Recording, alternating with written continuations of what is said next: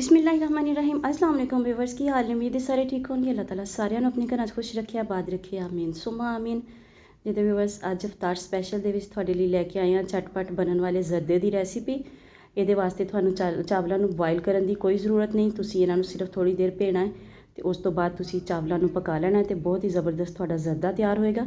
ਤੇ ਇੱਥੇ ਮੈਂ ਚਾਵਲ ਲਏ ਨੇ, ਇਹ ਵਾਲਾ ਗਲਾਸ ਜਿਹੜਾ ਮੈਂ ਤੁਹਾਨੂੰ ਦਿਖਾਇਆ ਇਹ 2 ਗਲਾਸ ਨੇ ਤੇ ਇਹਦੇ ਵਿੱਚ ਹੁਣ ਆਪਾਂ ਉਬਲਦਾ ਹੋਇਆ ਪਾਣੀ ਪਾਵਾਂਗੇ। ਬਿਸਮਿल्लाहिर्रहमानिर्रहीम। देखो फुल गर्म पानी है, भाफ निकलती पई है तो 1 घंटे लिए इन्होंने चावलों को आप भें के रख देना वा तो बाद में इन्होंने अच्छे तरीके दे नाल धो लेना वा। इत्थे मैं अद्धा कप घी का गर्म कर लिया, 2 लौंग तो 2 इलायचियाँ शामिल कर दीतियाँ। ये जो कड़क जाएगियाँ तो ये थोड़ा जिहा 1 चुटकी के बराबर मैं तुहानूं दिखाया है मैं जायफल का पाउडर शामिल किया तो 2 गिलास चावलों के सीगे तो 1.5 गिलास चीनी का पाया वा। बिल्कुल ठीक ये मेजरमेंट रहिंदी है। तुसीं 1.5 गिलास तो थोड़ा घट भी पाओ तो चलेगा क्योंकि जे 2 गिलास के 2 गिलास चावलों के पाओगे तो चावल थोड़े सख्त हो जाएंगे, वो आकड़े आकड़े जे बनणगे तो वो सही तरह टेस्ट भी नहीं आएगा। तो यह हुण फूड कलर थोड़ा जिहा शामिल कर दिता चीनी दे विच ही। फूड कलर हजे मैं थोड़ा शामिल किया है, जो जरूरत पई तो फिर होर शामिल कर लाँगे। जो पहले ही ज़्यादा शामिल कर दो तो फिर बहुत गहरा जिहा कलर जरदे का जिहड़ा वो अच्छा नहीं लगता।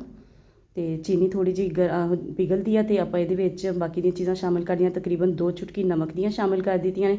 ये टेस्ट बहुत सोहना बैलेंस हो जाता है। हर मीठी चीज़ के थोड़ा जिहा नमक पा लिया जाए तो बिस्मिल्लाहिर्रहमानिर्रहीम।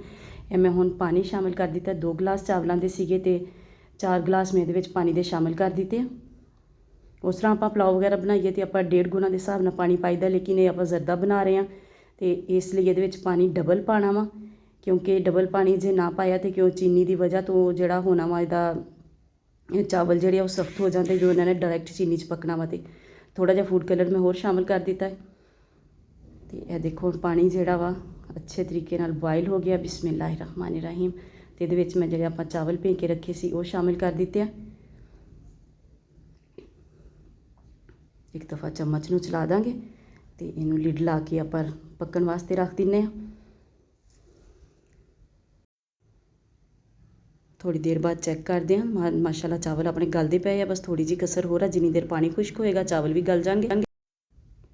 तकरीबन 4 तो 5 मिनट हो गया सी तो मैं विच ड्राई फ्रूट शामिल कर दिते, गिरी सौगी तो बादाम तो पिस्ते।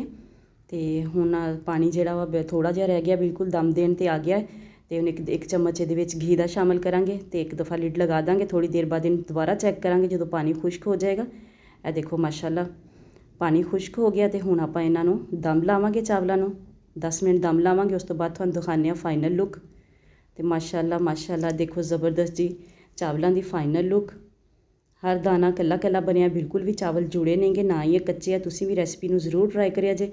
रेसिपी चंगी लगे तो इनू लाइक भी करिया जे, शेयर भी करिया जे। चैनल ते नवें तो चैनल को सबसक्राइब करके जाए जे ते नाल बैल आइकन नूं जरूर प्रेस करिया जे ताकि आने वाली वीडियोज़ का नोटिफिकेशन तुहाडे तक आसानी नाल पहुँच सके।